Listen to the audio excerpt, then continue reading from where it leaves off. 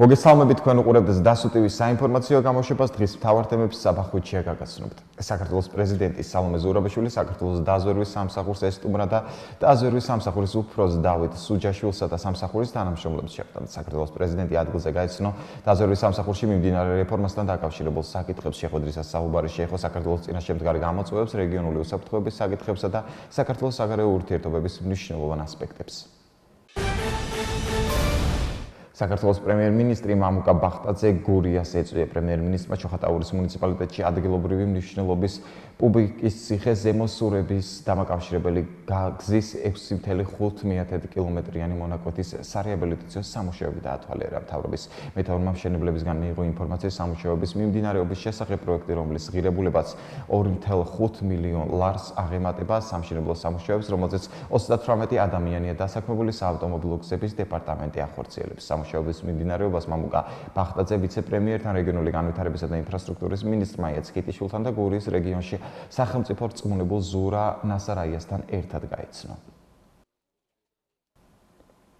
პრემიერ-მინისტრი ჩოხატაურის მუნიციპალიტეტის სოფელ შვასურების ახლად აშენებულ სკოლაში იმყოფებოდა, სადაც მოსწავლეებსა და პედაგოგებს შეხვდა. მამუკა ბახტაძე მათ განათლების რეფორმის შესახებ ესაუბრა და აღნიშნა, რომ მსგავსი თანამედროვე სტანდარტების სკოლებში საქართველოს მასშტაბით აშენდება. ჩოხატაურის მუნიციპალიტეტის სოფელ შვასურებში ახალი სკოლა მცირე კონტინგენტიანი საჯარო სკოლების მშენებლობის პროექტის ფარგლებში აშენდა. სკოლა, რომლის მშენებლობაც გასული წლის დეკემბერში დასრულდა, თანამედროვე ტიპის ზოგად საგანმანათლებლო დაწესებულებების სტანდარტების შესაბამისია.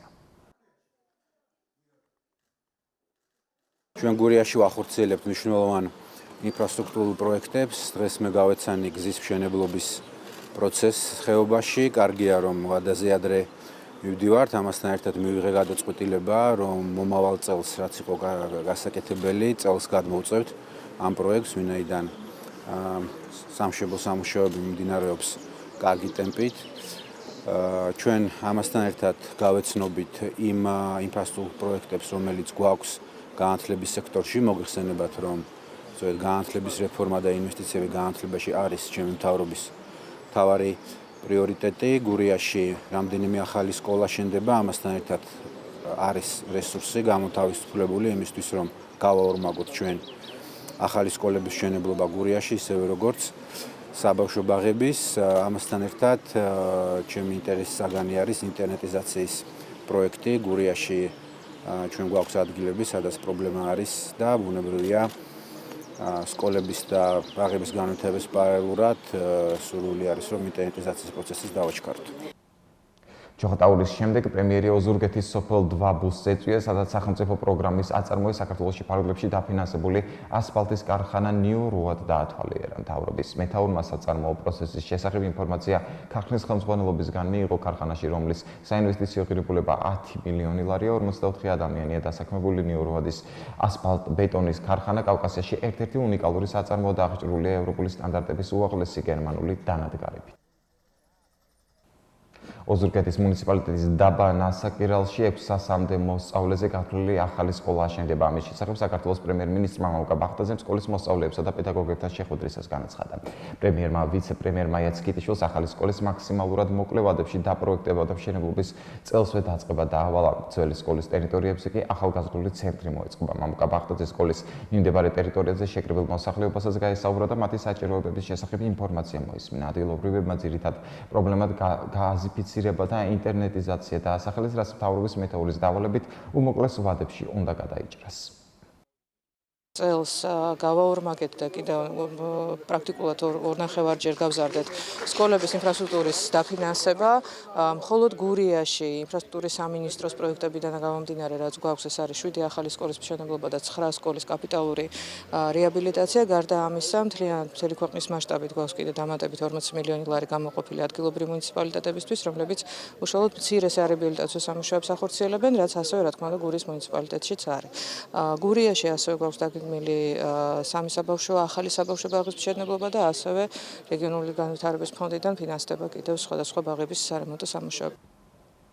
საქართველოს პრემიერ-მინისტრმა მამუკა ბახტაძემ ოზურგეთის ალექსანდრე წუწუნავას სახელობის დრამატული თეატრის სარეაბილიტაციო სამუშაოები დაათვალიერა. თეატრის სარეაბილიტაციო სამუშაოებს 18 მილიონი ლარით ფონდი ქართულ აფინანსებს და მისი დასრულება მომავალ წელს იგეგმება. სამშენებლო სარეაბილიტაციო სამუშაოებზე 120 ადამიანია დასაქმებული. 1962 წელს აშენებული ერთ-ერთი ყველაზე მასშტაბური თეატრი გურიის რეგიონისთვის მნიშვნელოვან კულტურულ ობიექტს წარმოადგენს. სარეაბილიტაციო სამუშაოების დასრულების შემდეგ თეატრი მაყურებელს ნოდარ დუმბაძის ნაწარმოების მიხედვით შექმნილი სპექტაკლის პრემიერაზე უმასპინძლებს.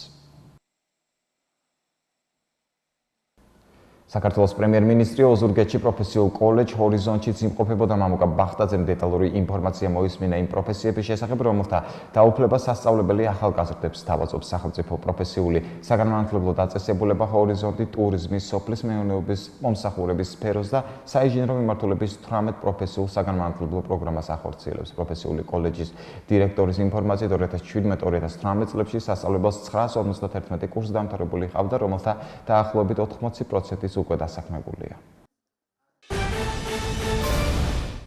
საქართველოს საგარეო საქმეთა მინისტრმა დავით ზალკალიანმა ვაშინგტონში ნატოს მინისტერიალის ფარგლებში შეხვედრა გამართა უკრაინის ვიცე-პრემიერ-მინისტრთან ევროპული და ევროატლანტიკური ინტეგრაციის საკითხებში ივანა კლიმბუშ-ცინცაძესთან. შეხვედრაზე მხარეებმა ხაზი გაუსვეს საქართველოსა და უკრაინას ისტორიულ მეგობრობას, ორი ქვეყნის საერთო მისწრაფებებს ევროპული ინტეგრაციის და ნატოში ინტეგრაციის გზაზე. საუბარი შეეხო საერთო გამოწვევებს რუსეთის ფედერაციის მხრიდან დადებითი შეფასება მიეცა შავ ზღვასთან დაკავშირებით ვაშინგტონში მიმდინარე ნატოს მინისტერიალზე დამტკიცებულ ღონისძიებათა ახალ პაკეტს. ნატოს საგარეო საქმეთა მინისტრების შეხვედრა ვაშინგტონში საქართველოსთვის მნიშვნელოვანი შედეგები დასრულდა, გამომდინარე იქიდან, რომ მინისტერიალმა დაამტკიცა შესაბამისი პაკეტი, რომელიც მოიცავს შავ ზღვაზე უსაფრთხოების მიმართულებით ქმედებებს და მნიშვნელოვანი აღინიშნოს, რომ საქართველომ ძალიან სერიოზული საქმიანობა გაწია იმასთან დაკავშირებით, რომ მსგავსი სახის შედეგი მიგვეყო ჩვენ მინისტერიალზე.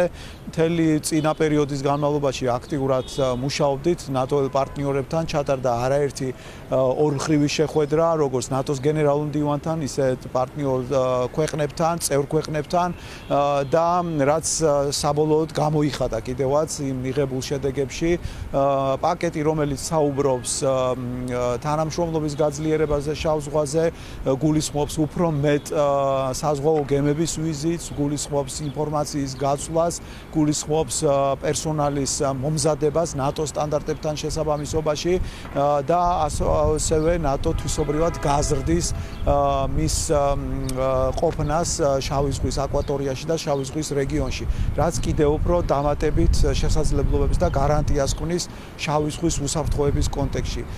გარდა ამისა, მნიშვნელოვანი აღინიშნოს, რომ მინისტერიალის ფარგლებში იყო მიღებული ერთობლივი დეკლარაცია, სადაც ასევე განსაკუთრებული ადგილი აქვს დათმობილი ღია კარის პოლიტიკას. აღნიშნულია, რომ ნატოს კარი არის ღია ახალი წევრებისთვის და ჩვენ ბუნებრივია კვლავ აქტიურად გავაგრძელებთ ნატოს წევრ ქვეყნებთან, როგორც ორმხრივ, ისე მრავალმხრივ ფორმატში საუბარს, რომ ასახული იყოს ის პროგრესი, რომელიც საქართველოს აქვს ნატოში გაწევრიანების კუთხით. მნიშვნელოვანი აღინიშნოს, რომ ამ გადაწყვეტილების მიღებაში განსაკუთრებული როლი აკისრია ჩვენს მთავარ სტრატეგიულ პარტნიორს ამერიკის შეერთებულ შტატებს. ჩვენ ვიზიტამდე და ვიზიტის ფარგლებშიც ვიმუშავეთ როგორც საკანონმდებლო, ისე აღმასრულებელი ხელისუფლების წარმომადგენლებთან, რათა დამატებითი გამაძლიერებელი ელემენტები შეგვეტანა მინისტერიალის საქმიანობაში და მუშაობაში და სწორედ ამ კონტექსტში უნდა აღინიშნოს, რომ კონგრესის მხრიდან ინიციირებული იქნა ახალი რეზოლუცია, რომელიც მიძღვნილი არის ზუსტად ნატოს 70 წლის საიუბილეო მინისტერიალისადმი. ნატოს საპარლამენტო ასამბლეაში ამერიკის შეერთებული შტატების დელეგაციის ხელმძღვანელმა და საქართველოს მეგობართა ჯგუფის თანათავმჯდომარემ კონგრესმენმა ჯერალდ კონოლიმ, კონგრესმენ მაიკლ ტერნერთან ერთად ამერიკის შეერთებული შტატების წარმომადგენლობით პალატაში 2019 წლის 3 ապრილს ნატოს დაარსების 70 წლისთავთან დაკავშირებით წარადგინა რეზოლუცია. დოკუმენტში, რომელშიც ჩრდილოატლანტიკურ ალიანსს ეძღვნება, საუბარია საქართველოსა და ღია კარის პოლიტიკის მხარდაჭერაზე. ამერიკის შეერთებული შტატების კონგრესში გრძელდება აქტიური მუშაობა საქართველოსთვის მნიშვნელოვანი საკითხების მათ საკანონმდებლო აქტებში ასახვის მიზნით.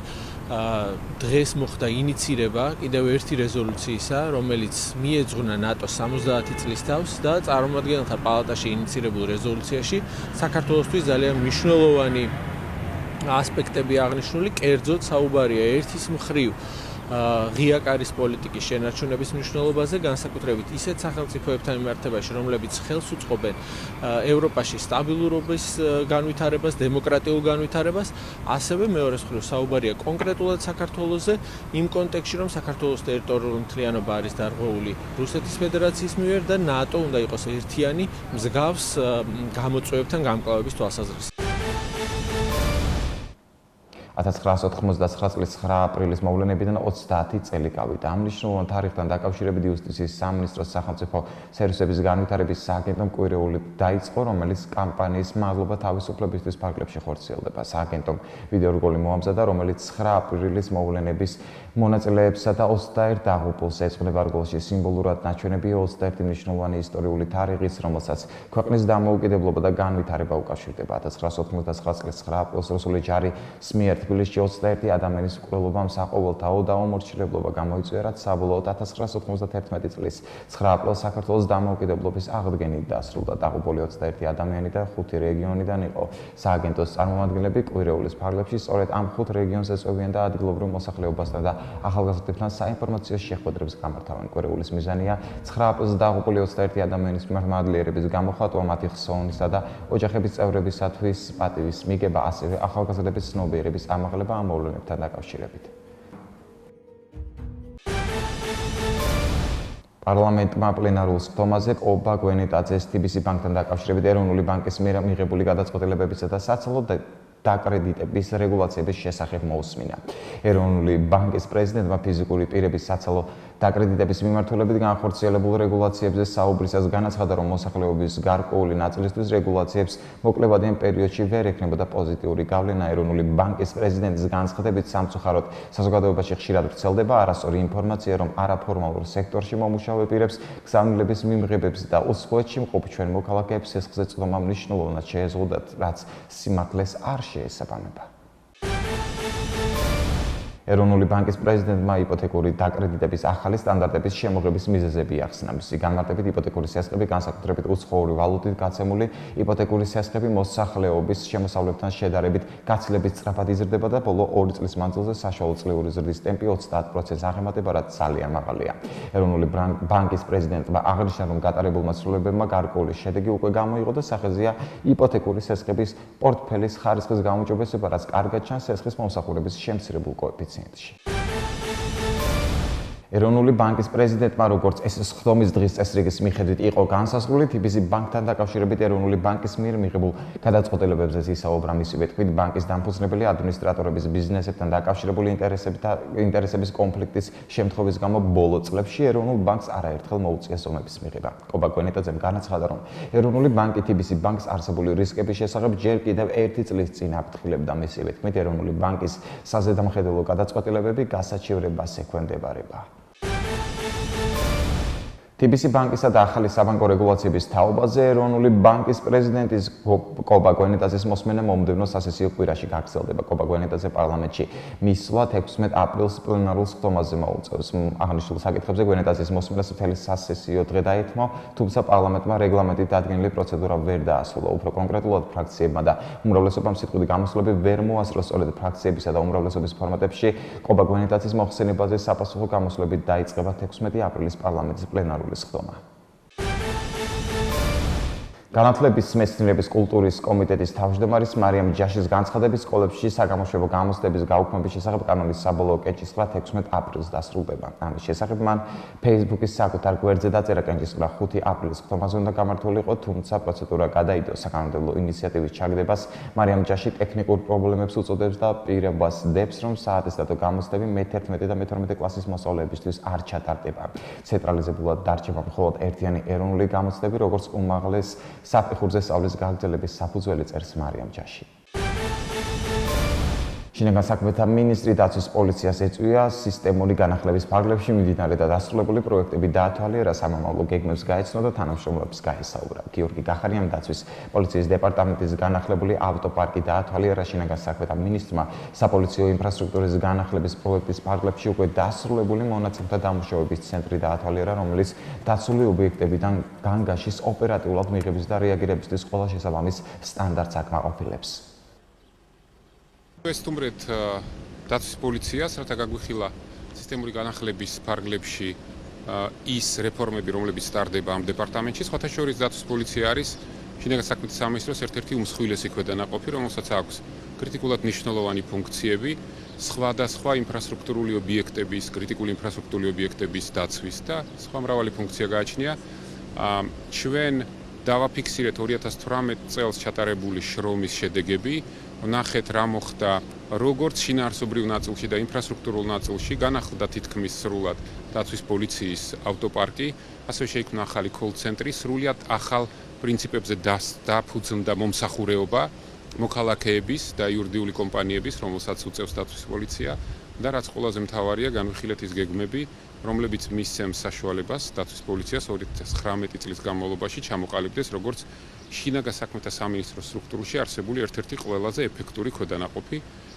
ჩვენ ვიმსჯელეთ ასევე დაცვის პოლიციის თანამშრომლების სოციალურ უზრუნველყოფაზე. ჩვენ აქ 18 წლის განმავლობაში გწონდა მცირეოდენი ხელფასის ზრდა და შევთანხმდით, რომ ეს არ არის საკმარისი და ეს პროცესი უნდა გაგრძელდეს, არამედ თუ თითოეული დაცვის პოლიციის თანამშრომელი უნდა იყოს სოციალურად დაცული და მისი როგორც კარიერული, ასევე სოციალური გარანტიები უნდა აიღოს თავის თავზე და უნდა იზრუნოს შინაგან საქმეთა სამინისტრომ და სახელმწიფომ. შინაგან საქმეთა სამინისტროს დაცვის პოლიციის დეპარტამენტის ავტოპარკში ემატა 80 ერთეული საავტომობილო საშუალება. მათ შორის დაჯავშნული ავტომობილები, რომლებიც გამოიყენება საინკასაციო მომსახურებისათვის, ასევე 40 ერთეული ოპერატიული რეაგირების მსუბუქი ავტომობილი. ესენი გადანაწილებია მთელი საქართველოს მასშტაბით. ესევე აღსანიშნავია, რომ შინაგან საქმეთა სამინისტროს დაცვის პოლიციის დეპარტამენტის ბაზაზე შეიქმნა სასერველო მეურნეობა, რომელიც ტექნიკურად კიდევ უფრო გააუმჯობესებს დაცვის პოლიციის დეპარტამენტის მუშაობას. როგორც მოგეხსენება, დაცვის პოლიციის დეპარტამენტში ირიცხება 11,000-მდე თანამშრომელი. აღსანიშნავია, რომ წლევანდელ წელს უკვე 5,500 თანამშრომელს, დეპარტამენტის 5,500 თანამშრომელს გაეზარდათ თანამდებობრივი სარგო. შესაბამისად, ხელფასების მატება ეტაპობრივად მოხდება. სასაზღვრო პოლიციის თანამშრომლებმა სასაზღვრო სექტორ წითელი ხიდის ტერიტორიაზე საქართველოს სახელმწიფო საზღვრის ჯგუფურად უკანონოდ გადაკვეთისა და საბაჟო კონტროლის გვერდის ავლით დიდი ოდენობით უაქციზო სიგარეტის საქართველოში ჯგუფურად უკანონოდ შემოტანის ბრალდებით საქართველოს ორი მოქალაქე დააკავეს. დანაშაული 8-დან 11 წლამდე თავისუფლების აღკვეთას ითვალისწინებს სამართალდამცველებმა დაკავებულების პირადი ჩხრეკისას 4,710 კოლოფი უაქციზო სიგარეტი ამოიღეს. გამოძიება საქართველოს სახელმწიფო საზღვრის უკანონოდ გადაკვეთისა და საბაჟო კონტროლის გვერდის ავლით დიდი ოდენობით მოძრავი ნივთი საქართველოში ჯგუფურად უკანონოდ შემოტანის ფაქტზე მიმდინარეობს.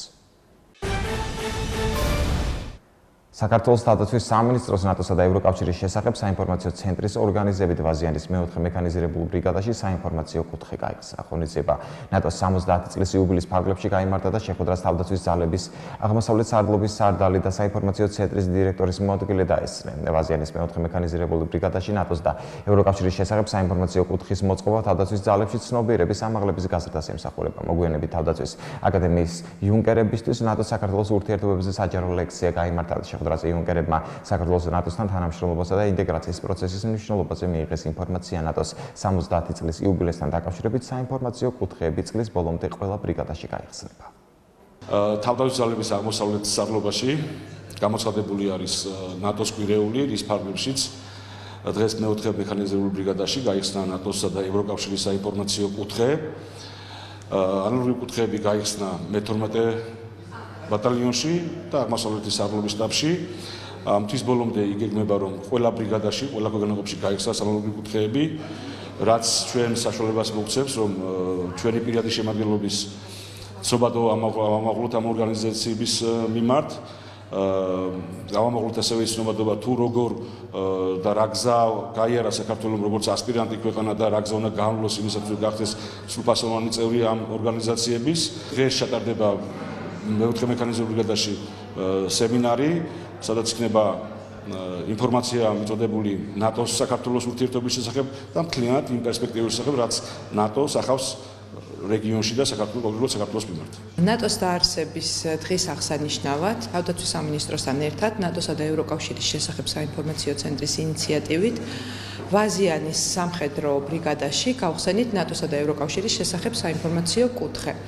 ეს პროექტი მიზნად ისახავს წლის ბოლომდე ყველა სამხედრო ბრიგადაში აღნიშნული კუთხის გახსნას და შესაბამისად სხვადასხვა საინფორმაციო საგანმანათლებლო ტიპის ღონისძიებების ჩატარებას. ძალიან მნიშვნელოვანია ჩვენთვის თითოეულმა საქართველოს მოქალაქემ და ასევე სამხედრო მოსამსახურებმა გაიგონ მეტი ალიანსის შესახებ, იმ გამოწვევების შესახებ, რაც საქართველოს აქვს ალიანსში გაწევრიანების გზაზე.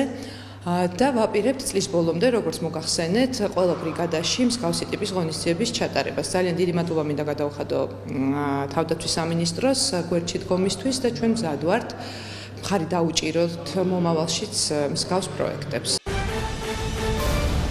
ბათუმში ფრიდონ ხალვაშის ქუჩის 338 ნომერში 1927-1928 წლებში რეპრესირებულთა სამარხი აღმოაჩინეს. სამარხი ბათუმის და ლაზეთის ეპარქიამ გათხრების შედეგად აღმოაჩინა. სამარხებში ბოლშევიკური რეპრესიების დროს სტალინისტური სიების თანახმად დახვრიტილი 150-მდე ადამიანის ნეშტი უწესრიგოდ იყო განთავსებული. ეპარქიის ინფორმაციით რეპრესირებულთა ნეშტს 21 აპრილს ბათუმის მესამე სამხედრო ბაზის ტერიტორიაზე პატივით დაკრძალავენ. გარემოს დაცვისა და სოფლის მეურნეობის მინისტრი ლევან დავითაშვილი აბაშაში აზიური ფაროსანაც წინააღმდეგ ბრძოლის მართვის ცენტრის თანამშრომლებს შეხვდა და მიმდინარე სამუშაოების ანგარიში მოისმინა. შეხვედრას პარლამენტის აგრარულ საკითხთა კომიტეტის თავმჯდომარე ოთარ დანელია, აჭარის სოფლის მეურნეობის მინისტრი ტიტე აროშის, სამეგრელო ზემოსვანეთის გუბერნატორი ალექსანდრე მოწერელია, ზუგდიდის მაჟორიტარი დეპუტატი ედიშერ თოლორაია და ადგილობრივი ხელისუფლების წარმომადგენლები ესწრებოდნენ. გამართულ შეხვედრაზე ლევან დავითაშვილმა ხაზგასმით აღნიშნა, რომ მავნებელთან ბრძოლის პროცესში სახელმწიფო წელსაც მასშტაბურ ღონისძიებებს განახორციელებს, გაგრძელდება აქტიური კომუნიკაცია მოსახლეობასთან. მიმდინარე წელს მავნებელთა ბრძოლის საწინააღმდეგო ღონისძიებისთვის 250 ერთეული ტექნიკა მობილიზებული. ამ ეტაპზე სურსათის ეროვნული სააგენტოს მცენარეთა დაცვის სპეციალისტები მავნებლის იდენტიფიცირების მიზნით მონიტორინგს ახორციელებენ. მოწავლეთის სამუშაოები მონიტორინგის შედეგების მიხედვით დაიგეგმება. გარდაბნის მუნიციპალიტეტის სოფელ კუმისში ერთიანი აგროპროექტის ფარგლებში თანამედროვე სტანდარტებით აღჭურვილი მეცხოველეობის ფერმა ნიბა 2008 აშენდა. ფერმის ასაშენებლად ჯამურად 1,54,000 ლარამდე ინვესტიცია განხორციელდა. აქედან 854,000 ლარი ბენეფიციარმა შეღავათიანი აგროკრედიტით მიიღო, ხოლო დარჩენილი თანხა საკუთარი დანაზოგია. ფერმა დღეში 3 ტონარზე საწარმოებს. პროდუქციის რეალიზაცია გათვლილია ადგილობრივ ბაზარზე. ნიბა 2008-ში მოდიმევად 5 ადგილობრივი მაცხოვრებელია დასაქმებული, ხოლო სეზონურად ემატება 10 ადამიანი. საქართველოს დავით აღმაშენებლის უნივერსიტეტს ევროპული ენების ინსტიტუტის წარმომადგენლები ესტუმრნენ. სტუმრობის მიზანს ახალი პროგრამის, რომლის სახელწოდებაა სწავლა, კვლევა და პრაქტიკა გერმანიაში, პრეზენტაცია წარმოადგენდა. პრეზენტაციას პროფესორი ვახტანგ ანთია და ევროპული ენების ინსტიტუტის საერთაშორისო პროფესიული განათლების პროგრამის ხელმძღვანელი პროფესორი თია ფეტელავა უძღვებოდნენ. პრეზენტაციას სდასუს ადმინისტრაციის წარმომადგენლები და სტუდენტებიც ესწრებოდნენ. პროგრამის საშუალებით სტუდენტებს ეძლევათ შესაძლებლობა ცოდნის ამაღლების მიზნით სრულიად უფასოდ გაემგზავნონ გერმანიაში. პრეზენტაციას ასევე ესწრებოდა ევროპული ენების ინსტიტუტის პრეზიდენტი ჰარალდ ქრისტიან ჰორნუნგი. თავდაპირველად მადლობა მინდა გადაუხადო საქართველოს დავით აღმაშენებლის სახელობის უნივერსიტეტს მოწვევისათვის. ევროპულმა ენების ინსტიტუტმა წარადგინა სამგანზომილებიანი მოდელის სწავლა, კვლევა და სტაჟირება გერმანიაში. ევროპული ენების ინსტიტუტის ფარგლებში სდასუ სტუდენტებს ეძლევათ საშუალება სამთვიანი ანაზღაურებადი პრაქტიკა, სტაჟირება გაიარონ გერმანიის სხვადასხვა ფედერაციულ მიწებზე. გისურვებთ წარმატებებს. ევროპული ენების ინსტიტუტი დიდ მადლობას გადაუხდის ყველა უნივერსიტეტს ამ მოწვევისათვის, მზარდი ინტერესისათვის. ასევე მადლობელია, რომ გერმანული ენას დღითი დღე უფრო და უფრო პოპულარული ხდება და ასევე დიდი მადლობა სდასუს უნივერსიტეტს. დღეს ჩვენს უნივერსიტეტს ესტუმრა ევროპული ენების ინსტიტუტის პრეზიდენტი ბატონი ჰარალდ ჰორნონგი და საერთაშორისო პროფესიული განათლების დეპარტამენტის ხელმძღვანელი პროფესორი დოქტორი თეა ფეტელავა, რომლებმაც არაჩვეულებრივი შესაძლებლობა მიანიჭეს ჩვენი უნივერსიტეტის სტუდენტებს, რაც მოიცავდა გერმანიის სხვადასხვა ქალაქებში განათლების მიღებას, ასევე პროფესიულ განვითარებას. ეს ყველაფერი ხდება 100%-იანი დაფინანსებით და გარდა ამისა სტიპენდიებით, რაც ჩემი აზრით სდასუ სტუდენტებისთვის არის მართლაც რომ შესანიშნავი შესაძლებლობა და იმედია დიდი გამოხმაურება მოყვება ამ ღონისძიებას. საქართველოს დავით აღმაშენებლის სახელობის უნივერსიტეტში იმყოფებოდა ევროპული ენების უნივერსიტეტი. ჩვენ ძალიან დიდი მადლობა გვინდა გადავხადოთ მათ წარმომადგენლებს, რადგან არაჩვეულებრივი შესაძლებლობა მოგვეცა იმისა, რომ მივიღოთ განათლება და სტაჟირება გერმანიაში სრულად უსასყიდლოდ და ჩვენ ვართ პირველი კერძო უნივერსიტეტი, ვისაც გვაქვს ეს შესაძლებლობა. უღრმესი მადლობა მათ. ახლა კი გაგაცნობთ უცხოეთის სიახლეებს. დიდი ბრიტანეთის პრემიერ-მინისტრმა ტერეზა მეიმ ევროკავშირის საბჭოს პრეზიდენტს წერილობით მიმართა და სთხოვა დიდი ბრიტანეთის ევროკავშირიდან გასვლის თარიღმა 30 ივნისამდე გადაიწიოს. ამის შესახებ ინფორმაციას საინფორმაციო სააგენტო Reuters-ზე ავრცელებს. შეგახსენებთ, რომ 29 მარტს დიდი ბრიტანეთის პარლამენტმა მესამედ არ დაუჭირა მხარი ბრიუსელსა და ლონდონს შორის მიღწეულ შეთანხმებას Brexit-ის შესახებ. ამგვარად ბრიტანეთის პარლამენტმა არ შეასრულა ევროკავშირის პირობა, რომლითაც Brexit-ის თარიღი 22 მაისისთვის გადაიწეოდა და თუ პარლამენტი მხარს დაუჭერდა შეთანხმებას ევროკავშირის გეგმის მიხედვით დიდი ბრიტანეთი ევროკავშირიდან შეთანხმების გარეშე 12 აპრილამდე უნდა გავიდეს იმ შემთხვევაში თუ ბრიუსელს არ წარუდგენს ევროკავშირიდან გასვლის ალტერნატიულ ვარიანტებს. ევროკავშირის საბჭოს პრეზიდენტი დონალდ ტუსკი დიდ ბრიტანეთს Brexit-ის 1 წლით 2020 წლის 31 მარტამდე გადავადების წინადადებით მიმართავს. ამის შესახებ ინფორმაციას ბრიტანული ტელეარხი Sky News-ი ავრცელებს.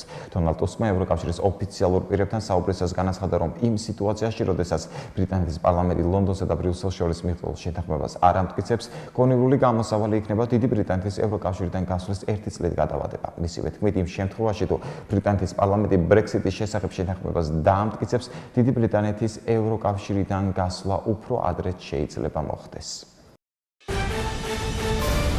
სულ ეს იყო ჩემს ხელთ არსებული ინფორმაცია, ახლა კი ეთერში ამედის პროგნოზის დროა, მე კი დროებით გემშვიდობებით ნახვამდის.